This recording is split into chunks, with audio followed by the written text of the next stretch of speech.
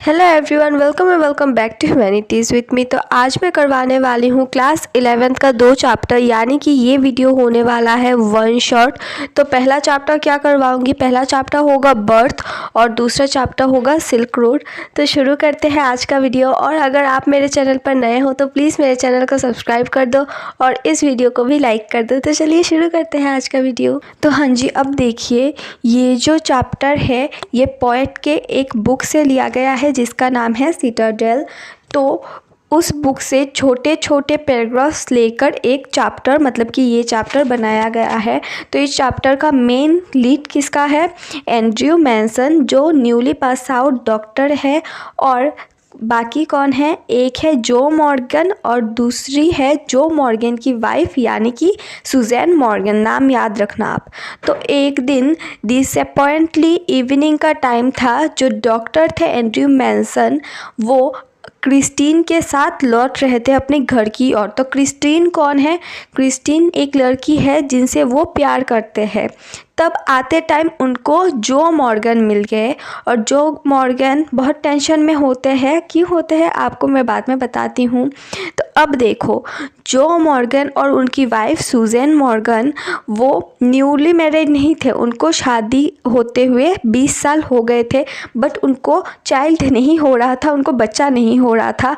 और अब जो बच्चा होने वाला था वो उनका फर्स्ट चाइल्ड था और उस बच्चे का डिलीवर कौन करने वाला था, एंड्रयू मैनसन। ठीक है, तो अब देखो नियरली मिडनाइट का टाइम था जब एंड्रयू मैनसन एक यंग डॉक्टर जा पहुँचे वेरन ग्रोवर। तो उनको मिले एक ड्रिलर जिनका नाम था जो मॉर्गन। तो जो मॉर्गन डॉक्टर के लिए बहुत ज़्यादा एंग्जाइटी से और टेंशन में वेट कर रहे थे। और जो मॉर्गन डॉक्टर को बोलते हैं कि आप मेरे साथ चलिए, मेरी वाइफ सुजैन को आपकी नीड है, जल्दी मेरे साथ चलिए। तो एंड्रयू क्या करते हैं, पहले वो अपने खुद के घर जाते हैं और अपने बैग लेते हैं, क्योंकि वो डॉक्टर थे तो उनके पास बैग नहीं था उस टाइम। तो घर जाने के बाद वो बैग लेते हैं और फिर जो के साथ उसके घर चले गए। तो उसका घर कहाँ पे था ये याद रखना, नंबर 12 वेलिना टेरेस। ठीक है, तो चलिए अब आगे देखते हैं। तो जो और डॉक्टर दोनों जो के घर पहुंच गए। फिर जब अंदर जाने की बारी होती है तो जो डॉक्टर को बोलते हैं कि डॉक्टर आप अंदर जाइए, मैं अंदर नहीं जा सकता क्योंकि मुझे बहुत डर लग रहा है और मुझे आप पर पूरा फेथ है, जो भी होगा अच्छा होगा। तो फिर ये सुनने के बाद डॉक्टर अंदर चले आए और आने के बाद डॉक्टर देखते हैं एक नैरो स्टेयर होता है जिससे उठकर उनको बेडरूम की ओर जाना होता है। नैरो यानी कि छोटा सा स्टेयर होता है, छोटा सा सीढ़ी होता है। और जब वो बेडरूम की ओर गए तो देखते हैं कि बेडरूम भी ज़्यादा बड़ा नहीं था, छोटा मोटा बेडरूम भी था। और वो देखते हैं कि बेड में पेशेंट के साइड में 2 औरत बैठी हुई है। और दोनों औरत कौन है, एक होती है सुजैन मॉर्गन की मम्मी यानी कि पेशेंट की मम्मी, जो टॉल होती है, लंबी होती है, ग्रे हेयर होता है और नियरली 70 ईयर्स की होती है। और दूसरी औरत कौन होती है, दूसरी होती है मिडवाइफ। मिडवाइफ यानी कि दाई माँ भी आप बोल सकते हो। तो जो ओल्ड वुमेन होती है यानी कि सुजैन की मम्मी, वो डॉक्टर को बोलती है डॉक्टर बैठो, मैं आपके लिए एक कप चाय लाती हूँ। तो ये वो क्यों बोलती है उसका भी कारण है, इधर लिखा हुआ नहीं है बट आपके एनसीईआरटी में है। क्योंकि जब डॉक्टर सुजैन को देखते हैं तो वो बोलते हैं कि अभी डिलीवरी में टाइम है। और ये सुनने के बाद जो ओल्ड वुमेन यानी कि सुजैन की मम्मी होती है वो बहुत ज़्यादा एक्सपीरियंस होती है। तो उनको लगता है कि डॉक्टर अभी चले जाएंगे और इस टाइम में हम फिर से डॉक्टर को कहाँ से ढूंढ के लाएंगे, इसलिए वो बोलती है कि मैं आपको एक कप चाय देती हूँ, आप बैठ जाइए, आप कहीं मत जाइए। और ये सुनने के बाद जो डॉक्टर होते हैं वो बोलते हैं डोंट वरी मदर, मैं कहीं नहीं जाने वाला हूँ, जब तक डिलीवरी नहीं हो जाता मैं यहीं पर रहूँगा। तो अब एंड्रयू जो होते हैं वो चाय पीते हैं डाउनस्टेयर्स आके, मतलब कि बेडरूम से नीचे आके किचन में बैठकर चाय पीते हैं। और वो सोचते हैं कि मैं तो आधा घंटा, मतलब कि 1 घंटा भी ठीक से सोया नहीं हूँ, कैसे मैं ये केस को हैंडल करूँगा, क्या मैं इसको ठीक से कर पाऊँगा, क्या मैं अपना पूरा अटेंशन इसकी ओर दे पाऊँगा। और वो बहुत ज़्यादा अपसेट थे, वरीड थे। और ऐसा था कि उन्होंने इस तरह से केस पहले खुद से हैंडल भी नहीं किया था। ठीक है, तो अब देखो 1 घंटे बाद वो फिर से अपस्टेयर यानी कि बेडरूम की ओर जाते हैं और देखते हैं क्या कंडीशन है सुजैन का, और देखने के बाद फिर से आते हैं और किचन में फायर जल रहा था, वहाँ पे वो बैठ जाते हैं और उनके साइड में ओल्ड वोमेन यानी कि सुजैन की मम्मी आके बैठ जाती है। और वो जो डॉक्टर होते हैं वो पूरा उनके टाइम मतलब कि पूरे टाइम उनके दिमाग में क्रिस्टीन ही चल रही थी। क्रिस्टीन कौन है, मैंने पहले आपको बताया, क्रिस्टीन वो लड़की है जिनसे डॉक्टर प्यार करते हैं। तो अब देखो, तो अब क्या होता है, जो ओल्ड वुमेन होती है वो डॉक्टर से बोलती है कि डॉक्टर आप मेरी बेटी को क्लोरोफॉर्म मत सूंघाना, क्योंकि उनको डर था कि इससे जो बेबी होगा उसको हार्म हो जाएगा। तो डॉक्टर बड़े ही शॉक्ड हो जाते हैं और बोलते हैं कि नहीं मदर, टेंशन मत करो कि क्लोरोफॉर्म या फिर एनेस्थीसिया इनसे कुछ हार्म नहीं होता, इससे सब ठीक ही होता है। और फिर एन आवर चला गया, मतलब कि 1 घंटा बीत गया और फिर एक मतलब कि डिलीवर हो गया बच्चा। और बच्चा कैसा था, बच्चा लाइफलेस था, मतलब कि मरा हुआ पैदा हुआ था। तो इस टाइम पे जो एंड्रयू मैनसन होते हैं वो बहुत ज़्यादा डर गए थे। जो सिचुएशन था बहुत ज़्यादा हॉरर था, उनका फेस से पानी आ रहा था, मतलब कि पसीना आ रहा था, उनका जो आवाज़ था वो भी बदल गया था। उनको समझ में नहीं आ रहा था कि क्या करे, क्योंकि जो बच्चा था वो भी मरा हुआ था और जो मम्मी थी यानी कि सुजैन मॉर्गन, उसका भी सिचुएशन बहुत ज़्यादा क्रिटिकल था। इसलिए उन्होंने समझदारी दिखा के अपना रेस्पॉन्सिबिलिटी पहले रखा उन्होंने, और मदर को पहले देखा उन्होंने, और फिर उन्होंने जो बच्चा था वो उस नर्स को, दाइमा को दे दिया। और जो सुजैन मॉर्गन थी उसका सिचुएशन आउट ऑफ कंट्रोल था, बहुत ज़्यादा अर्जेंट था। तो उन्होंने, मैंने जैसे कि बोला, बच्चे को नर्स को दे दिया और अपना पूरा अटेंशन सुजैन मॉर्गन की ओर दे दिया। तो अब देख लो जो बच्चा पैदा हुआ था वो कैसा था। तो एक लड़का पैदा हुआ था और वार्म बॉडी था और वाइट था, पूरा वो वाइट था, सॉफ्ट था। उसका जो कॉर्ड था वो भी ठीक तरह से नहीं था, जैसे कि ब्रोकन था। और उसका स्किन का जो स्ट्रक्चर था वो बहुत ज़्यादा स्मूथ था, बट उसका जो नेक था वो बहुत ज़्यादा थिन था, जैसे लग रहा था पकड़ने से वो टूट गया है। और उसका लिम्फ जो था वो बोनलेस था, मतलब कि था नहीं, लग रहा था। तो अब देखो जो सुजैन मॉर्गन होती है, जैसे कि मैंने बोला उसका सिचुएशन बहुत ज़्यादा क्रिटिकल था, वो मरे की तरह पड़ी हुई थी। उसका जो पल्सेस था वो बहुत ज़्यादा लो हो गया था, पल्सलेस हो गई थी।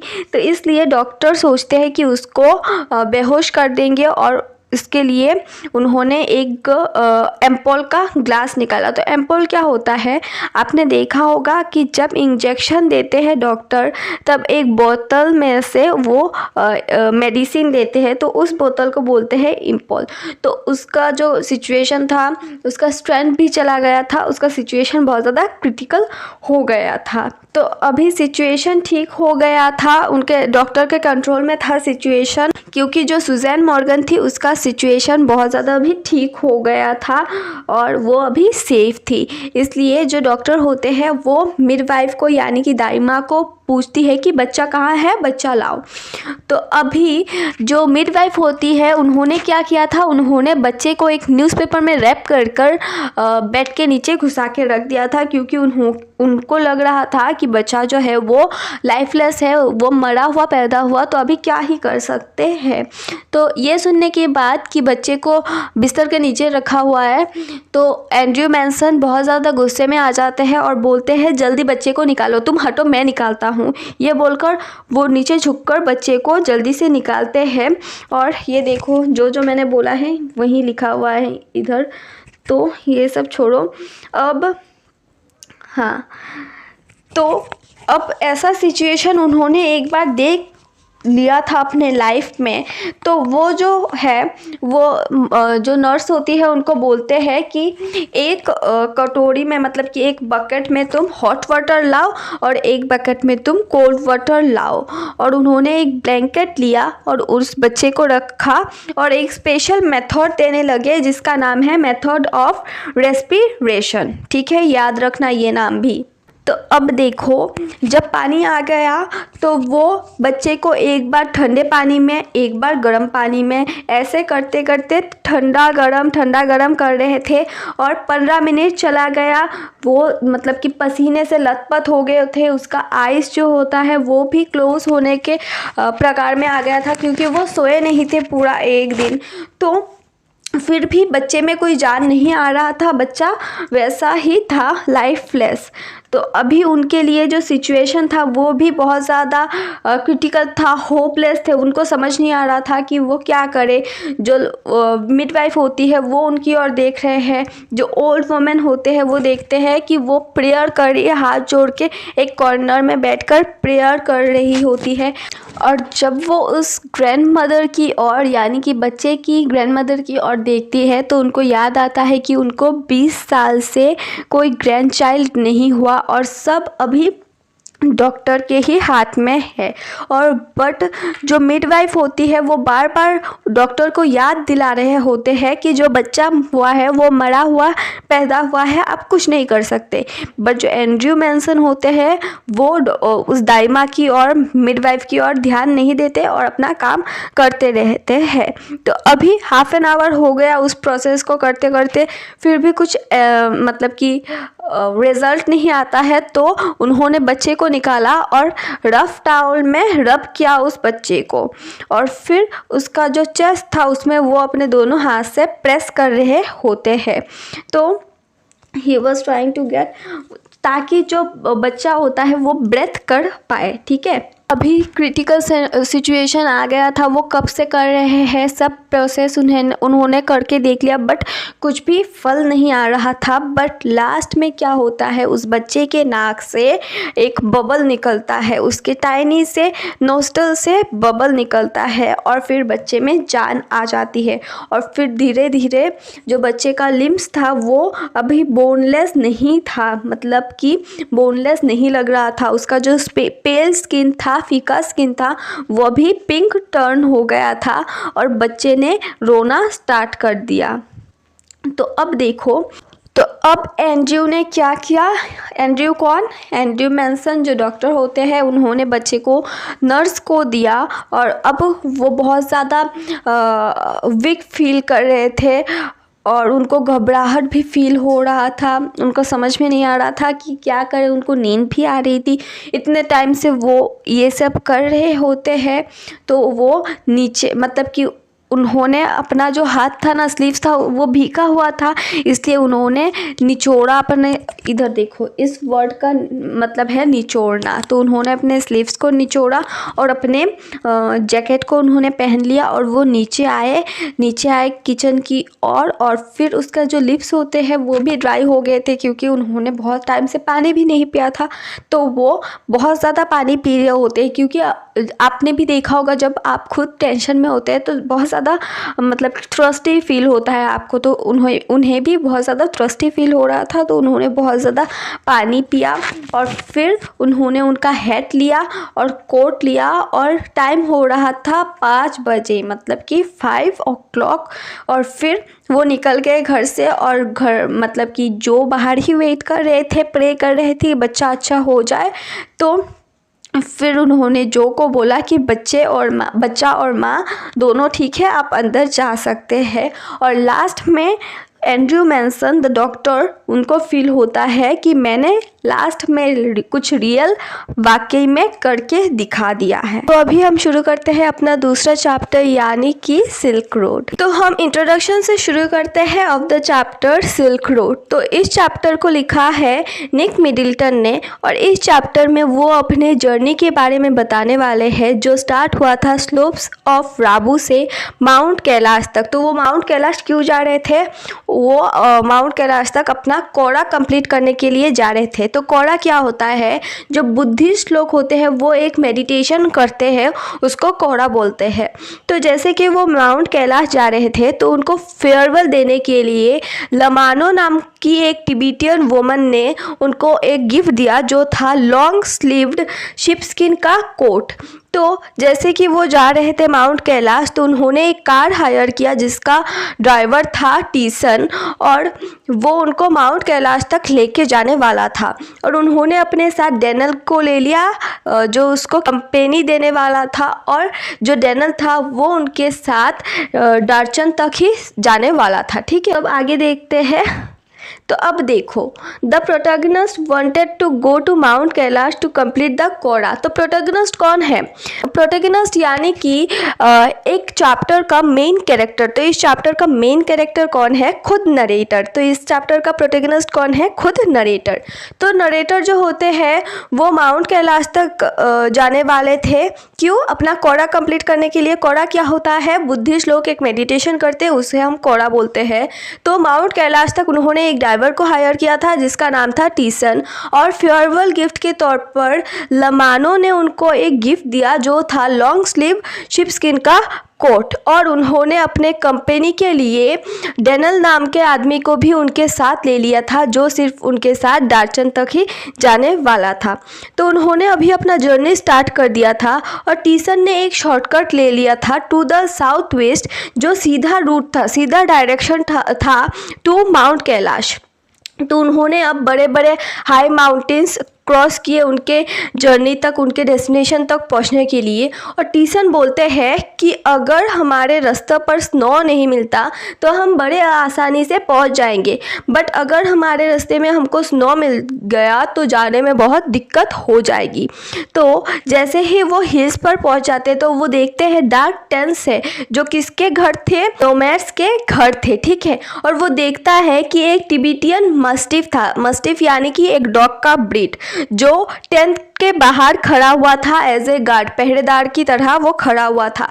और वो देखता है कि उसके टेंट के पास से ही जो नरेटर होता है उसका गाड़ी जा रहा था, और उसे देखकर वो नरेटर के गाड़ी के पीछे पीछे भागना स्टार्ट कर दिया था। और नरेटर देखते हैं उस डॉग का जो जोश है वो बहुत बड़ा बड़ा था। ठीक है, इतना तक क्लियर हो गया। और अब देखो, जैसे ही वो एंटर करते हैं वैली, वो देखते हैं कि स्नो से पूरा पर्वत, पूरा पहाड़ ढक गया था, और पहाड़ से जो रिवर फ्लो हो रहा था वो भी ब्लॉक हो गया था आइस से। और when they were riding through the hills, और जब वो राइड कर रहे थे हिल्स से, जो टर्न्स था वो बहुत ज़्यादा शार्प हो गया था, और जो रोड था वो बम्पियर बन गया था।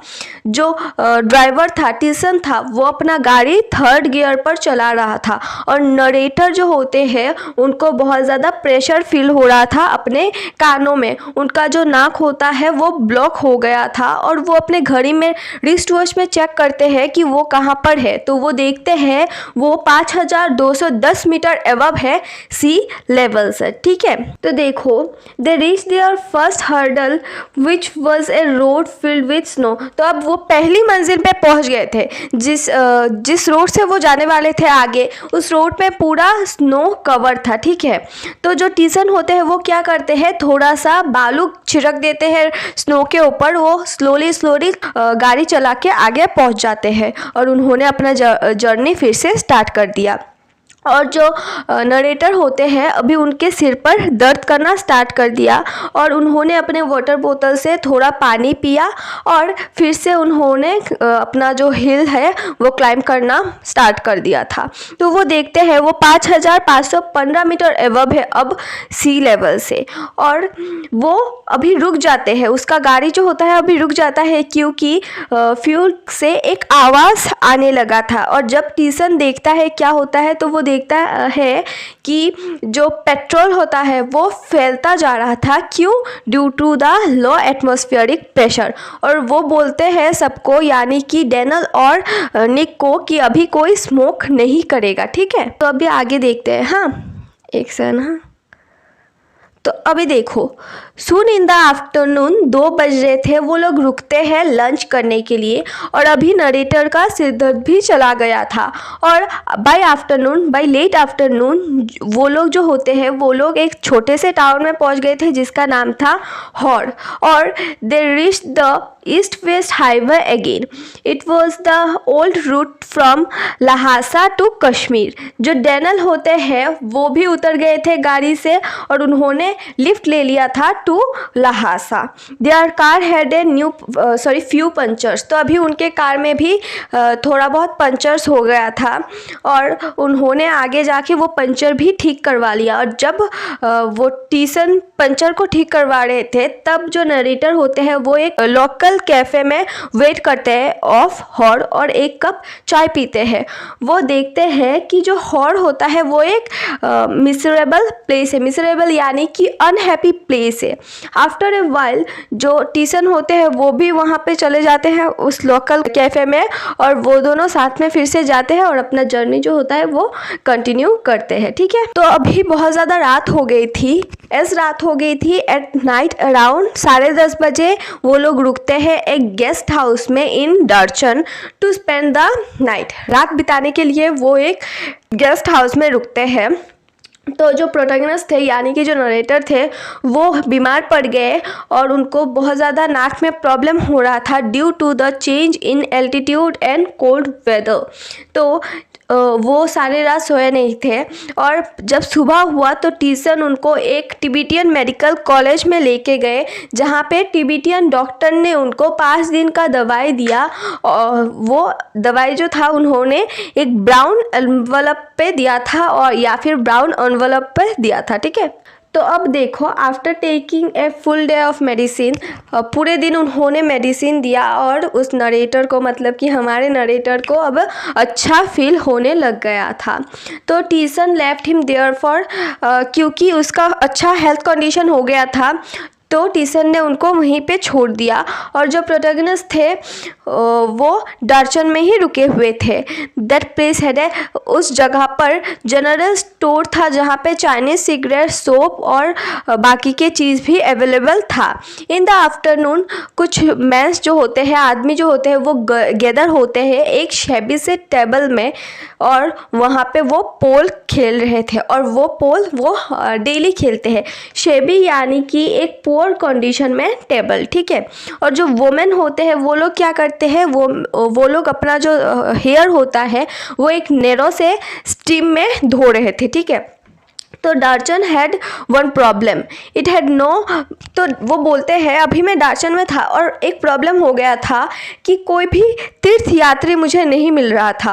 According to the local people, जो टाइम में जो सीज़न में वो गए थे वो सीज़न तीर्थ यात्री का नहीं था। तीर्थ यात्री के लिए भी एक समय होता है जहाँ पर तीर्थ यात्री बहुत ज़्यादा होते हैं और जो नरेटर होते हैं वो गलत समय में चले गए थे। ठीक है, तो अब आगे देखते हैं। तो जो नरेटर होते हैं वो डर्चन के एक कैफ़े में एक आदमी से मिलता है जिसका नाम था नोरबू। तो वो भी एक तिब्बतियन वर्कर था in Belgium at the institute of ethnic literature of Chinese academy of social science. तो वो क्यों आए थे डर्चन, वो भी सेम अपना कोरा कंप्लीट करने के लिए आते हैं जैसे कि नरेटर आए थे। तो अभी देखो वो कैसा था, उसका डिस्क्रिप्शन दिया हुआ है। वो बहुत ज़्यादा फैट था, मोटा सा था और इस कारण वो ठीक से चल भी नहीं पाता था। तो जो प्रोटैगनिस्ट थे यानी कि जो नरेटर होते हैं वो डिसाइड करते हैं कि वो तीर्थ यात्रा में उस आदमी के साथ, नोरबू के साथ जाएगा। तो उन्होंने यक हायर कर दिया, क्यों, अपना जो सामान था उस यक में चढ़ा के जाने के लिए। नोरबू फाइनली बोलता है कि मतलब कि उनके लिए ये तीर्थ यात्रा संभव नहीं है क्योंकि वो चल ही नहीं पा रहे थे और वो हंसते हंसते एक टेबल में गिर जाते हैं और बहुत बुरी तरीके से हंसना स्टार्ट कर देते हैं। और लास्ट में नरेटर हमको क्या बोलता है कि उनका जो टमी था वो भी बहुत ज़्यादा बड़ा था। और इसी के साथ आज का दोनों चैप्टर्स कंप्लीट होता है। आई होप कि आपको समझ आ गया होगा दोनों। अगर आपको समझ आ गया है then please don't forget to like, share, subscribe and comment down लो कि आपको आज का वीडियो कैसा लगा है। मिलते हैं बहुत जल्द और एक नए वीडियो के साथ, तब तक के लिए बाय बाय।